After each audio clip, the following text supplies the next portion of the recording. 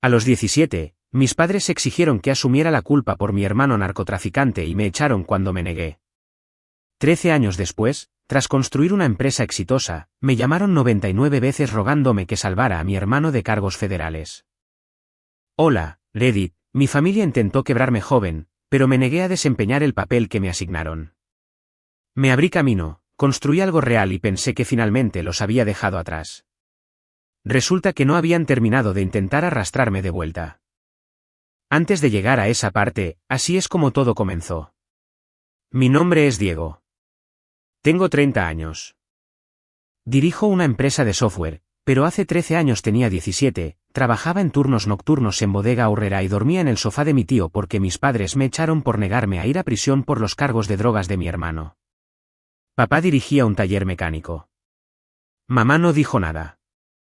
Y mi hermano mayor, Rodrigo, era el hijo de oro que no podía hacer nada mal, incluso cuando lo hacía todo mal. La policía apareció un martes, 2 agentes, le mostraron a mi papá una orden de registro. Él los dejó entrar porque no tenía mucha opción.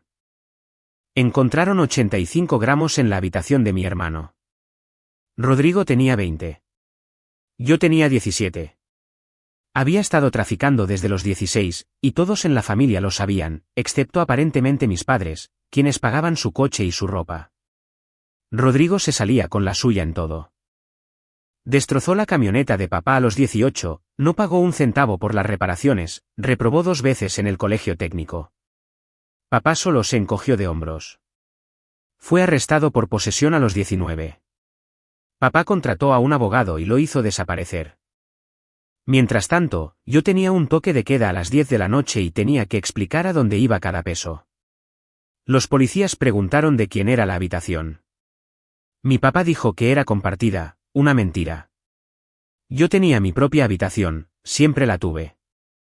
Pidieron hablar con ambos por separado. El policía mayor me llevó a la cocina, me preguntó si esas drogas eran mías, me preguntó si alguna vez había consumido, me preguntó si sabía a quién le vendía Rodrigo. Conté la verdad. Esa era la habitación de Rodrigo. Esas eran las drogas de Rodrigo. Yo no tenía nada que ver, no consumía, no conocía a sus clientes porque me mantenía lo más alejado posible de su negocio. El policía notó todo, me miró como si intentara averiguar si estaba mintiendo.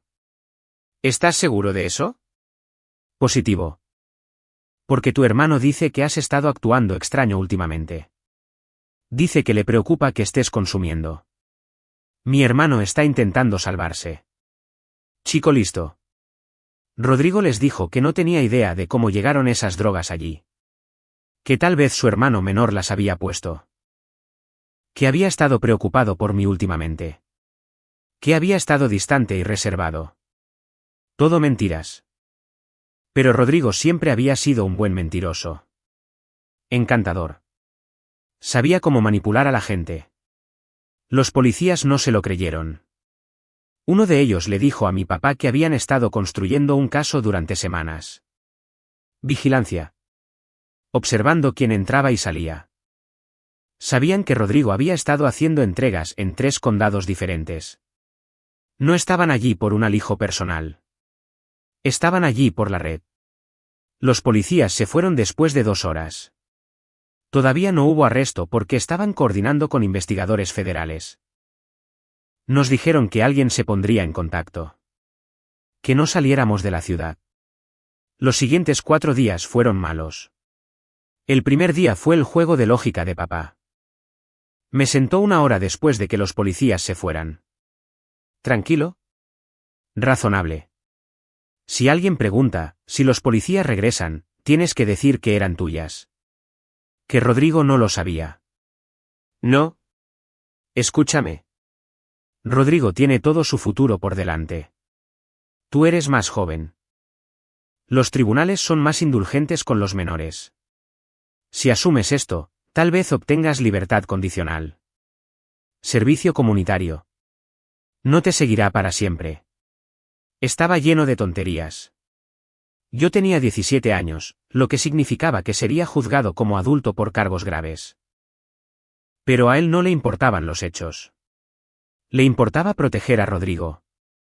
No voy a asumir cargos por él. Estás siendo miope. Esto es más grande que tú. Ese es tu problema. Salí. Él me dejó. El segundo día fue la campaña de culpa de mamá. Ella vino a mi habitación esa noche. Tocó suavemente. Se sentó en mi cama. Por favor, solo escucha. Esto va a destruir la vida de Rodrigo. Cometió un error, pero es joven. Merece otra oportunidad. Esta es como su quinta oportunidad, mamá. Es tu hermano. La familia ayuda a la familia. La familia no le pide a la familia que vaya a prisión por ellos. Ella estaba llorando más fuerte ahora. Piensa en lo que hemos hecho por ti. Te criamos, te alimentamos, te dimos un techo. Después de todo lo que te hemos dado, nos debes esto. No financió consecuencias. Ella se fue sin decir buenas noches. El tercer día fue el intento de intimidación de Rodrigo. Apareció en mi habitación alrededor de la medianoche, se sentó en mi silla de escritorio. Sus manos temblaban ligeramente, pero su voz era firme. ¿De verdad vas a dejar que me hunda por esto? Sí. ¿Por qué? Porque son tus drogas, tus decisiones, tu desastre. Se inclinó hacia adelante. Luego sonrió, vacía, hueca. ¿Sabes qué? Espero que fracases. Cualquier pequeño futuro que creas que estás construyendo, espero que se derrumbe. Porque cuando necesites ayuda algún día, me acordaré de esto. Sal de mi habitación.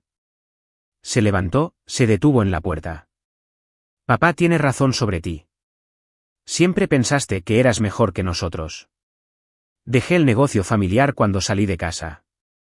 Eso aún no tenía sentido, pero lo tendría. El cuarto día fue el ultimátum. Había estado guardando un secreto.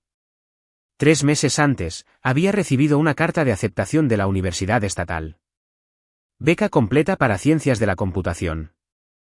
Todo cubierto. Había postulado a través de mi consejero vocacional porque sabía lo que diría papá, que debería quedarme en casa, trabajar en su taller, no perder el tiempo con la universidad. Había escondido la carta en el cajón de mi escritorio. Beca completa, una salida. Ahora papá estaba en mi puerta. Última oportunidad. ¿Asumes el cargo o te vas? No voy a asumir un delito grave por él. Entonces empaca tus cosas. Saqué la carta de aceptación, la puse en la cama entre nosotros. Obtuve una beca completa para la estatal en Ciencias de la Computación. La habitación quedó en silencio. Mi mamá apareció detrás de él. Dejó de llorar. Rodrigo salió de su habitación. La cara de papá cambió, de paciente a enojado en medio segundo. ¿Postulaste a la universidad sin decirme? Obtuve una beca completa. No me importa lo que obtuviste. ¿Crees que eres mejor que esta familia? ¿Mejor que el trabajo honesto? ¿Mejor que traficar drogas y obligar a otros a asumir la culpa? Lo incorrecto que decir. Se me acercó, empezó a gritar sobre el respeto y la lealtad, y como siempre había actuado como si fuera especial, como necesitaba entender que la familia era lo primero y si no podía entender eso, entonces tal vez no pertenecía aquí. Mi mamá repetía cosas que él había dicho. La familia es lo primero. La familia es lo primero. Rodrigo habló desde el pasillo. Vamos, hombre. ¿De verdad me vas a delatar por una universidad? No soy tu contacto de emergencia. Papá señaló la puerta. Asume el cargo o vete. Esas son tus opciones. Miré a mi mamá. Ella estaba mirando el suelo. No me miraba a los ojos. ¿Mamá? Ella no respondió. Mamá, di algo. Nada. Solo ella susurrando la familia es lo primero en voz baja. Bien. Agarré una bolsa de lona de mi armario. Empecé a meter ropa. Laptop, cargador de teléfono, la carta de aceptación. Tenía $6,003 pesos ahorrados en mi cuenta bancaria de Bodega Aurrerá, pero solo podía acceder a $1,176 pesos en efectivo en ese momento. Todo lo que poseía que importaba cabía en 2 bolsas. Bajé las escaleras. Papá estaba junto a la puerta con los brazos cruzados. Mamá estaba en el sofá, todavía susurrando para sí misma. Rodrigo estaba en la cocina buscando comida. ¿Crees que vas a lograrlo ahí fuera? Volverás rogando en un mes. Supongo que lo averiguaremos. No vuelvas. Si sales por esa puerta, se acabó. Nada de llamadas, nada de arrastrarse de vuelta. Estás solo. Entendido. Abrió la puerta. La lluvia era intensa. Finales de noviembre. Frío. Cerró la puerta de golpe. Escuché el clic del cerrojo. Me quedé allí unos 10 segundos empapándome. Luego empecé a caminar. Avancé 3 cuadras antes de tener que detenerme. Me senté en un banco de parada de autobús. Las bolsas empapándose. Saqué mi teléfono e hice la llamada. Tío Ricardo contestó al cuarto timbrazo. Oye, necesito ayuda. Su voz pasó de casual a alerta inmediatamente. ¿Qué pasa? Le di la versión corta. Pelea con mis padres. Me echaron. Sentado en una parada de autobús bajo la lluvia sin ningún lugar a donde ir. ¿Dónde estás? Le dije. Quédate ahí. Vengo a buscarte. La camioneta de Ricardo llegó 23 minutos después de que llamé. Salió, me miró empapado y su mandíbula se tensó. Sube. No hizo preguntas, solo cargó mis bolsas en la caja bajo una lona y me llevó a su casa. Casa pequeña, a 20 minutos de la ciudad. 2 habitaciones. Vivía solo desde su divorcio hace 3 años. Esa primera noche dormí en su sofá, pero a la mañana siguiente Ricardo insistió, tengo una habitación libre. Es principalmente un almacén, pero la despejaremos hoy. No dormirás en el sofá durante el próximo año. No quiero ser una carga. No eres una carga. Eres familia, y alguien en esta familia necesita actuar como si importara. Pasamos 2 horas despejando la habitación libre, moviendo cajas, montando un colchón inflable. Ricardo me dio toallas limpias, me mostró dónde estaba todo, me hizo un sándwich mientras me cambiaba. ¿Quieres contarme qué pasó realmente? Le conté todo. Las drogas, los policías, la exigencia de que asumiera el cargo, la campaña de presión de 4 días, la expulsión. Ricardo escuchó sin interrumpir. Cuando terminé, se quedó en silencio por un largo tiempo. Ese idiota. No se refería a Rodrigo. Voy a llamar a un abogado que conozco. Vamos a solicitar la tutela. Tu papá no puede echarte y seguir reclamando la custodia. El abogado era un tipo llamado Guillermo del sindicato de Ricardo. Hacía derecho familiar de forma paralela. Sonaba cansado cuando contestó a las 8:30 de la tarde, pero escuchó. La tutela es factible si tu papá no la impugna. Dado que literalmente te echó, supongo que no luchará. Pero necesitaremos documentación. Tenía mensajes de texto, tenía la carta de aceptación, tenía recibos de pago de Bodega Aurrera que mostraban que había estado trabajando y ahorrando. No era mucho, pero era algo. Lo haremos funcionar. La audiencia debería programarse dentro de 3 semanas. Mientras tanto, viví con Ricardo, fui a la escuela, seguí trabajando mis turnos en Bodega Aurrera. Ricardo era diferente a mi papá. Trabajaba como electricista comercial. Largas horas. Pero nunca llegaba a casa enojado. Nunca se desquitaba con nadie. Solo trabajaba duro, pagaba sus cuentas, trataba a la gente con respeto básico. No me vigilaba, no preguntaba a dónde iba. Solo decía que la cena era a las 6:00 si estaba en casa y que enviara un mensaje si no lo estaba. La primera semana allí me ofrecía pagar el alquiler. Me miró como si me hubiera salido una segunda cabeza. Tienes 17 años y acabas de ser echado. Quédate con tu dinero. Quiero contribuir. Compra víveres cuando puedas. Eso es suficiente. Compré víveres. Preparé la cena cuando él trabajaba hasta tarde. Se sentía normal. La audiencia de tutela fue 3 semanas después. Guillermo dijo que tendría que testificar sobre lo sucedido.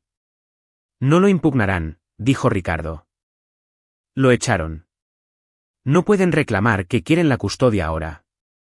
Tenía razón, pero eso no hizo que la audiencia fuera menos brutal. Llegó el día. Me puse la única camisa de botones que tenía. Ricardo vestía su ropa de trabajo porque venía directamente de una obra. Guillermo nos recibió en el juzgado. Tu papá no está aquí, tu mamá sí, en la última fila. Me giré. Mi mamá estaba sentada en la última fila, sola. El juez entró, preguntó por qué buscaba la tutela de mi tío en lugar de vivir con mis padres. Guillermo explicó, las drogas, el intento de chivo expiatorio, la exigencia de que asumiera la culpa, la expulsión bajo la lluvia. Presentó los mensajes de texto como prueba, la carta de aceptación, mi historial laboral. El juez miró los papeles, luego a mi mamá. Señora, ¿usted es la madre del menor? ¿Tiene algo que decir al respecto? Mi mamá se puso de pie, temblorosa. Me miró por primera vez desde que me fui. No quiero perderlo. El juez esperó. Pero no puedo ir en contra de mi esposo y no puedo dejar que mi otro hijo vaya a prisión. ¿Así que elige no impugnar la tutela? Silencio. Señora. No la impugnó. La expresión del juez podría haber congelado el agua. Señora, entiende que esencialmente está abandonando a su hijo de 17 años, está permitiendo que sea criado por su tío porque no se enfrentará a su esposo ni hará que su hijo adulto rinda cuentas por sus acciones criminales. Mi mamá comenzó a llorar, no respondió. Tutela concedida. Señor, ahora es el tutor legal. Los padres biológicos del menor conservarán los derechos parentales, pero la custodia se transfiere con efecto inmediato. Mi mamá se fue antes de que pudiera hablar con ella, no es que quisiera. Ricardo nos llevó a casa en silencio. Cuando llegamos, me hizo un sándwich y me dijo que resolveríamos el resto a medida que surgiera. Vivir con Ricardo se volvió normal más rápido de lo que esperaba. Me trató como a una persona, no como una propiedad, no como un peón, solo como un niño que necesitaba estabilidad y espacio para resolver las cosas. Terminé el último año de preparatoria, seguí trabajando en Bodega Aurrera. Mi gerente Francisco descubrió mi situación bastante rápido. Exmilitar, no hablaba mucho, empezó a dejar sándwiches caducados en un lugar específico en la parte de atrás. Nunca dijo nada al respecto, solo se aseguró de que supiera que estaban allí. Una noche le di las gracias. Él lo desestimó. He estado allí, diferentes circunstancias pero la misma desesperación. Alguien me ayudó, lo estoy transmitiendo. Me gradué con honores. Ricardo vino a la graduación con una pequeña cámara, tomó fotos. Francisco vino con su uniforme de trabajo, me dio un firme apretón de manos después. Mis padres no vinieron. Rodrigo no vino. No esperaba que lo hicieran y no me decepcionó. Ricardo me ayudó a mudarme a mi dormitorio en la estatal, me compró un mini refrigerador, una lámpara de escritorio, un ventilador, me dio $3,460 y me dijo que llamara si necesitaba algo. Estoy orgulloso de ti. Lo sabes, ¿verdad? Sí, lo sé. No dejes que te amarguen. Eres mejor que eso.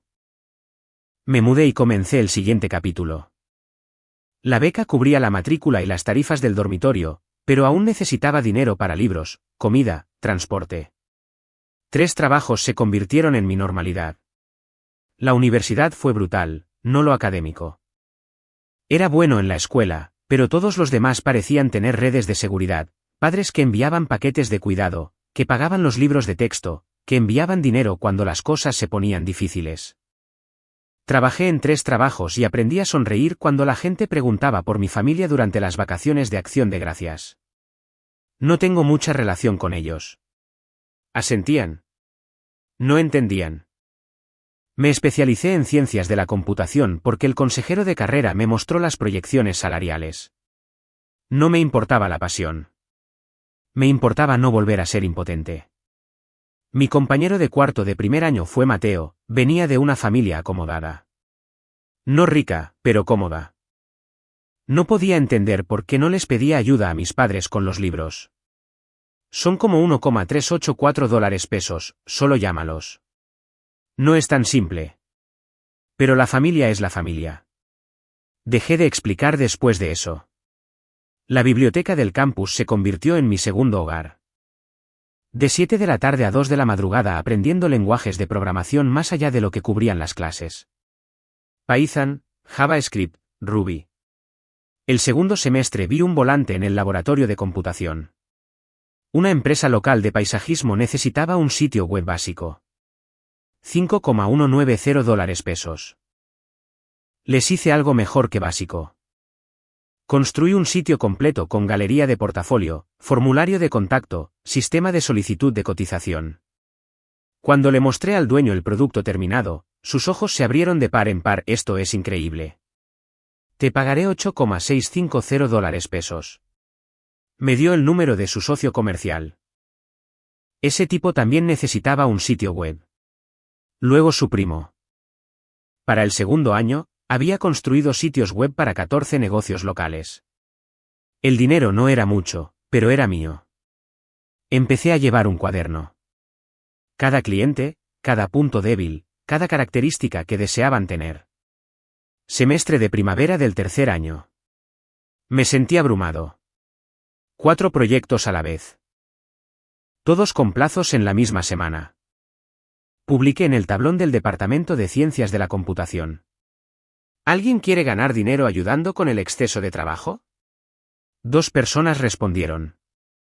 Jimena era una estudiante de segundo año que codificaba más rápido que nadie que hubiera conocido. Javier era un estudiante de último año que era mejor hablando con los clientes que yo. Trabajamos desde mi apartamento durante una semana seguida. Pizza y bebidas energéticas. Terminamos los 4 proyectos a tiempo. Les pagué $10,380 a cada uno. Ambos preguntaron si había más trabajo. Siempre había más trabajo. A finales del tercer año, habíamos incorporado Soluciones Refugio Digital. 3 empleados, incluyéndome a mí. Operábamos desde mi apartamento con racks de servidores que había construido con piezas que encontré en liquidación. Javier, para el tercer año, conseguimos un contrato con una compañía de seguros regional. 6 meses de trabajo y $3,806,000. Más dinero del que jamás había visto. 3 meses después, ya llevábamos 2 semanas de retraso. El cliente amenazaba con retirarse. Yo trabajaba 90 horas a la semana. Javier estaba lidiando con llamadas furiosas. Jimena se ahogaba en código. Todos estaban al límite. El punto de quiebre llegó tarde un jueves. Llevaba 18 horas en mi escritorio, mirando más a través de mi pantalla que a ella, cuando Javier entró.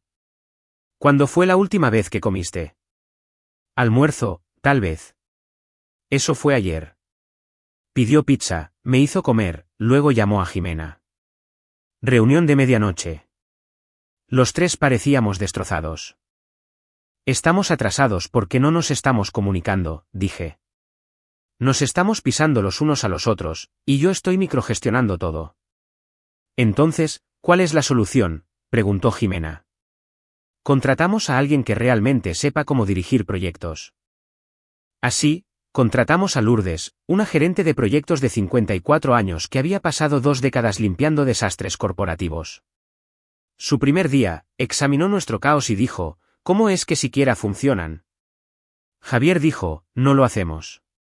Por eso estás aquí. Ella nos reconstruyó desde cero. Sistemas de archivo, reuniones diarias, herramientas reales de gestión de tareas en lugar de notas adhesivas y pánico. Luego me sentó. Estás creando un cuello de botella en todo. No confías en que nadie haga su trabajo. Si suelto las riendas, las cosas se desmoronan. No. Las cosas se desmoronan porque no dejas que nadie más las mantenga unidas. Doloroso, pero cierto. Empecé a delegar. Lentamente, luego más. Entregamos el contrato de seguro una semana antes. El cliente estaba encantado. Un bono de $259,500 y 3 referencias. Una de esas referencias se convirtió en un trabajo de $6,920,000 para reconstruir el sistema de inventario de una empresa manufacturera. Casi dije que no, demasiado grande, demasiado arriesgado. Lourdes me apartó, tienes miedo al éxito. Deja de esperar que el cielo se caiga. ¿Hace el trabajo? Lo aceptamos. Para el quinto año alcanzamos los $34,600,000 en ingresos. No se sentía real. Todavía compraba cereal genérico y vivía como un estudiante sin dinero. Una tarde, Javier entró en la sala de descanso mientras yo comía mi tercer tazón de ramen instantáneo de la semana. Sabes que puedes permitirte comida, ¿verdad? Comida de verdad. Está bien. No está bien. No te has tomado un día libre en 3 meses. Te vas a quemar y te llevarás a la empresa contigo. Me resistí, pero tenía razón. Me tomé un fin de semana libre y visité a Ricardo. El descanso se sintió mal al principio, luego necesario. Ricardo me miró y dijo, te ves menos como la muerte. Bien. Ahora aprende a descansar. El sexto año, contraté a un contador y un abogado de verdad y finalmente me pagué un salario que coincidía con el tamaño de la empresa que dirigía. Compré un pequeño condominio, 2 habitaciones, luz solar, tranquilo. Ese silencio me mantuvo despierto la primera noche. Demasiado agradable se sentía peligroso. Por entonces, Jimena me dijo que se iba. Me dijo que no porque fuera infeliz, sino porque quería construir algo propio. Me enseñaste que podía, dijo. Almorzamos en su último día. Le di contactos, consejos, aliento. ¿Por qué ayudarme? Ahora soy competencia. Porque Ricardo me ayudó, Francisco me ayudó. Ahora yo te ayudo a ti. Llamó 3 veces ese mes con preguntas. Respondí a todas. Javier se quedó. Se había casado. Un bebé venía en camino. Quiero estabilidad, dijo, y alguien tiene que evitar que tomes decisiones terribles. Para el 7º año teníamos 45 empleados y estaba aprendiendo rápidamente que gestionar personas no era como gestionar código. El código no lloraba. El código no tenía días malos. El código no tenía padres moribundos. Un día regañé a un desarrollador llamado Tomás por incumplir plazos y por un trabajo con errores. Él asintió, se fue, y 1 hora después Lourdes apareció en mi puerta. Sabes que la mamá de Tomás tiene Alzheimer, ¿verdad? No lo sabía. Y la vergüenza me golpeó fuerte. Asumes que todos manejan la vida como tú, dijo, es decir, apenas. Encontré a Tomás en el estacionamiento sentado en su coche. ¿Podemos hablar? Parecía exhausto, con los ojos rojos. Lourdes me contó lo de tu mamá. Lo siento. Debí haber preguntado. Se encogió de hombros derrotado. No puedo seguir el ritmo. Algo tiene que ceder. Déjame ayudarte. Ajustaremos tu carga de trabajo. Trabaja desde casa cuando lo necesites. Lo resolveremos. ¿Harías eso? Sí. Eres bueno en lo que haces, y todos necesitan apoyo a veces. Se quedó con nosotros 7 años más, se convirtió en uno de nuestros desarrolladores más fuertes. Cuando su mamá falleció, le pagamos las 2 semanas que se tomó libres. Sin preguntas. Nos iba bien. Muy bien. El chico que había sido echado bajo la lluvia ahora tenía una empresa que valía millones. Debería haberme sentido orgulloso, agradecido, triunfante. En cambio, me sentía cansado. Siempre cansado. Desconfiado de las cosas buenas, como si fueran tiempo prestado.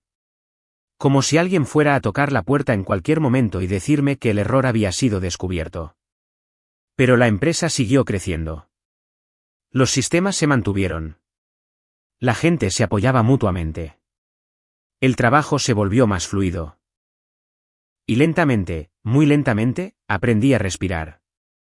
No porque la vida se volviera más fácil, sino porque ya no la llevaba solo. El 7º año, conocí a Vanessa en el peor momento posible.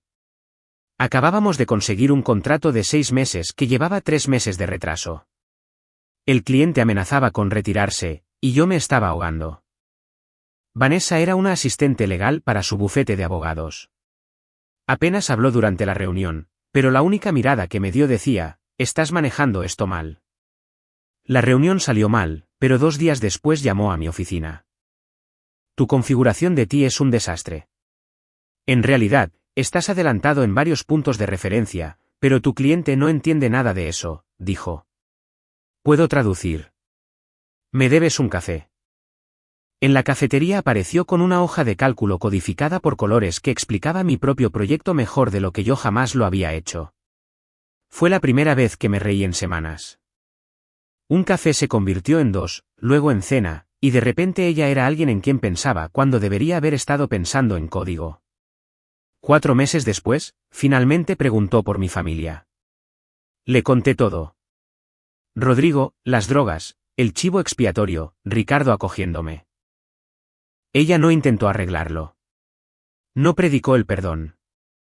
Solo dijo, eso está mal, y lo dejó así. Fue la primera vez que alguien me dio espacio en lugar de juzgarme. El 8º año nos mudamos juntos. 8 años llevamos. Fue entonces cuando mi daño realmente se manifestó. Trabajaba hasta las 2 de la madrugada, olvidaba comer, vivía como si parar significara perderlo todo. Vanessa me arrastraba a la cama y me decía que me estaba quemando. Yo seguía insistiendo en que estaba bien. Nuestra primera pelea real llegó después de una semana de más de 70 horas de trabajo de la que no le había hablado. Me encontró desmayado en mi escritorio y me regañó duramente. Cuando ella se fue por 2 días, llamé a Ricardo. Me dijo que me estaba convirtiendo en mi madre. Cerrándome cuando las cosas se ponían difíciles. Cuando ella regresó, me disculpé por primera vez en mi vida y realmente lo sentí. Establecimos reglas. Si me sentía abrumado, se lo decía. Si trabajaba horas locas, ella necesitaba saberlo. Y me apegué a ello. Ella tenía sus propias cicatrices. Su papá se fue cuando ella tenía 12 años y a veces me ponía a prueba solo para ver si yo también me iría. Aprendimos los patrones del otro y crecimos alrededor de ellos en lugar de alejarnos. El 9º año nos comprometimos. Le propuse matrimonio en casa de Ricardo durante la cena del domingo. Nada elegante. Tuvimos una boda pequeña. Ricardo me llevó al altar. Mi equipo apareció. Incluso Francisco usó un traje. La familia de Vanessa me trató como si siempre hubiera sido parte de ellos. El 10º año, Soluciones Refugio Digital alcanzó los $207,600,000 pesos en ingresos. Vanessa se hizo socia.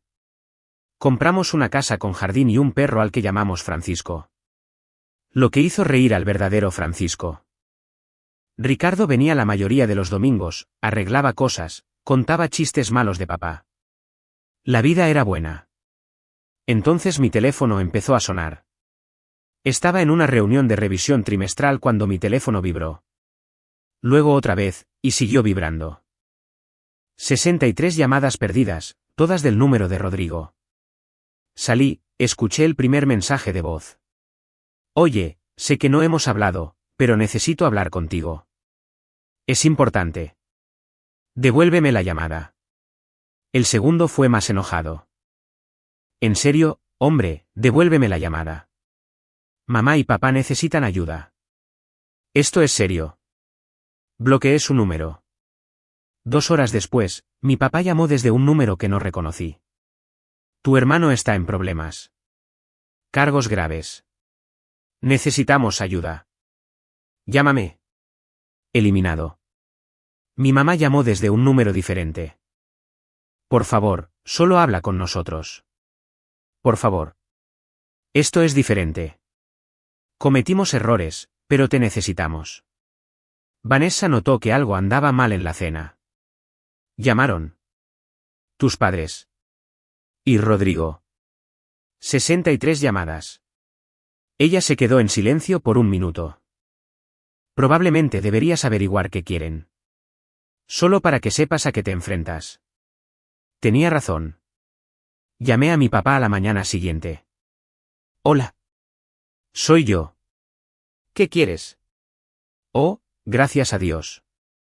Necesitamos hablar. No. Dime por teléfono. Respiró hondo. Tu hermano fue arrestado de nuevo. Están hablando de un mínimo de 20 años. Distribución. Dicen que es parte de una operación más grande. ¿De acuerdo? De acuerdo. Eso es todo lo que tienes que decir. Ha estado traficando durante más de una década. Esto era inevitable. Necesitamos un abogado. Defensa Federal. Hemos gastado todo lo que tenemos y no podemos permitirnos uno. Entonces, contrata uno. No podemos. Estamos en la ruina. El taller apenas se mantiene a flote. Necesitamos ayuda y tú tienes esa empresa. ¿Y quieres que pague el abogado de Rodrigo? Es tu hermano. Dejó de ser mi hermano cuando me echaste para protegerlo. Eso fue un error. Lo admitimos. Tal vez debió haber pensado en las consecuencias antes de pasar sus 20 traficando drogas. No puedes decir eso. Ese es tu problema. Después de todo lo que hicimos por ti. ¿Todo lo que hicieron por mí? Me echaron a los 17, me dijeron que estaría rogando por volver, lo eligieron a él antes que a mí, ¿y ahora quieren mi ayuda? Por favor. Estamos desesperados. Bien. Colgué. No se detuvieron. Durante las siguientes 3 semanas, recibí 87 llamadas más, de diferentes números, mi mamá, mi papá, Rodrigo desde la cárcel, parientes lejanos que apenas conocía. Los bloqueé a todos. Luego mi papá apareció en mi oficina. Seguridad llamó, señor, hay alguien en el vestíbulo exigiendo verlo. Dice que es su padre. Dígale que no estoy disponible. ¿Lo hice? Se niega a irse. Llame a la policía. 10 minutos después, la policía lo escoltó. Estaba gritando sobre la familia y el abandono. Javier vino a mi oficina después. ¿Quieres contarme de qué se trataba? Le conté todo. Eso es pesado. Necesitas documentación. Empieza a construir un archivo. Ya empecé. Mi mamá empezó a aparecer en el estacionamiento, esperando junto a mi coche, llorando, rogándome que hablara con ella por 5 minutos. Tomé fotos, guardé registros. Luego Rodrigo salió bajo fianza.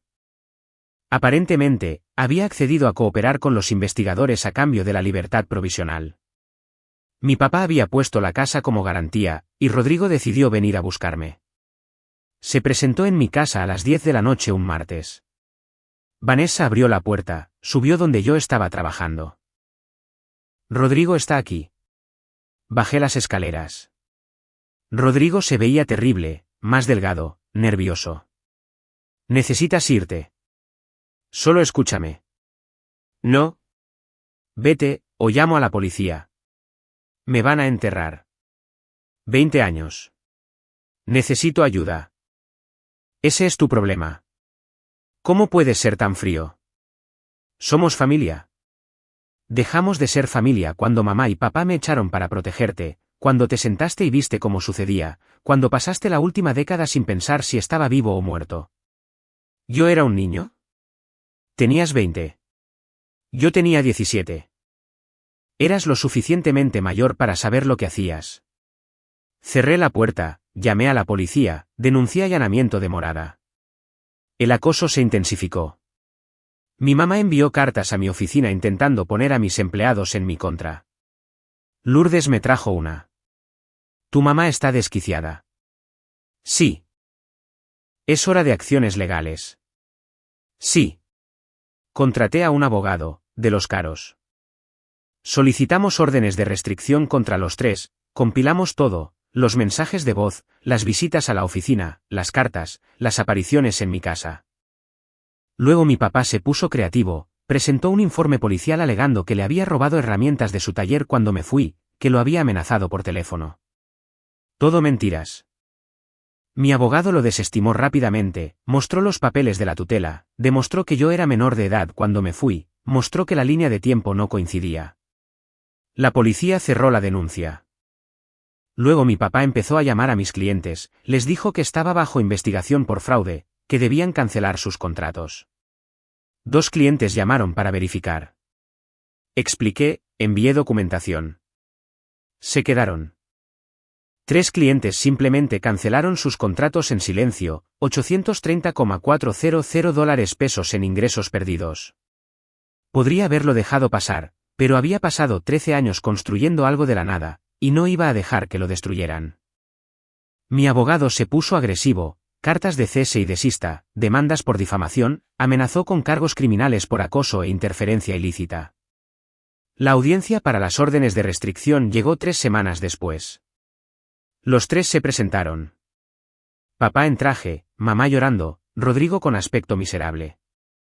Mi abogado presentó todo: la expulsión original, los años de no contacto, el acoso repentino, las interrupciones en la oficina, las cartas a los empleados, los informes policiales falsos, las llamadas a mis clientes. El juez parecía disgustado. ¿Y usted está haciendo esto porque quiere que él pague la defensa legal de su otro hijo? Mi papá intentó explicar sobre la familia y la obligación. El juez lo interrumpió. Usted lo echó a los 17 por negarse a asumir cargos de drogas por su hermano. No tuvo contacto durante más de una década. Aparece exigiendo dinero, y cuando él se niega, lo acosa, presenta informes falsos e intenta destruir su negocio. Eso no es familia, eso es extorsión. Orden de restricción concedida: 300 metros de distancia mínima, sin contacto directo o indirecto. La violación resulta en arresto inmediato. Mi mamá intentó acercarse a mí después. El alguacil la detuvo. Salí por una salida lateral. Vanessa estaba esperando en el estacionamiento. ¿Cómo te fue? Orden de restricción concedida. Bien. Ahora no pueden tocarte. Pasaron 6 meses. Silencio. Sin contacto. Sin acoso. Me enteré por Ricardo que Rodrigo había aceptado un acuerdo de culpabilidad. 12 años. Prisión federal. Probablemente saldría en 9 con buen comportamiento. El taller mecánico de mi papá se fue a la quiebra. No pudo recuperarse de años de gastar dinero en abogados y fianzas. Terminó trabajando para una cadena de talleres de cambio de aceite haciendo cambios de aceite por $260 la hora. Mi mamá dejó de hablar con la mayoría de sus amigos. No sentí nada al respecto. Tal vez eso me hizo frío. Tal vez me hizo práctico. De cualquier manera, había pasado suficientes años preocupándome por personas a las que no les importaba yo. La vida siguió. Soluciones Refugio Digital siguió creciendo. El año 12, vendí el 30% a una firma de capital privado por suficiente dinero como para no tener que trabajar nunca más. Seguí trabajando de todos modos. Vanessa y yo tuvimos una hija, la llamamos Renata. Ricardo estaba en la sala de partos. Lloró cuando la sostuvo. Francisco vino a visitarnos al hospital. Trajo un oso de peluche. Mis padres no llamaron. No enviaron nada. Bien. Renata cumplió 3 años y empezó a preguntar por sus abuelos. Le mostré una foto de Ricardo. Ese es tu tío abuelo Ricardo. Él me cuidó cuando más lo necesitaba. ¿Dónde están tu mamá y tu papá? Ya no están cerca. ¿Por qué? Porque a veces las personas toman decisiones que significan que no pueden estar en tu vida. Y eso está bien porque la familia no siempre se trata de sangre. Se trata de quien aparece cuando las cosas se ponen difíciles. Pareció satisfecha con eso. Luego, unos años después de la orden de restricción, sonó mi timbre. Sábado por la mañana. Vanessa estaba fuera.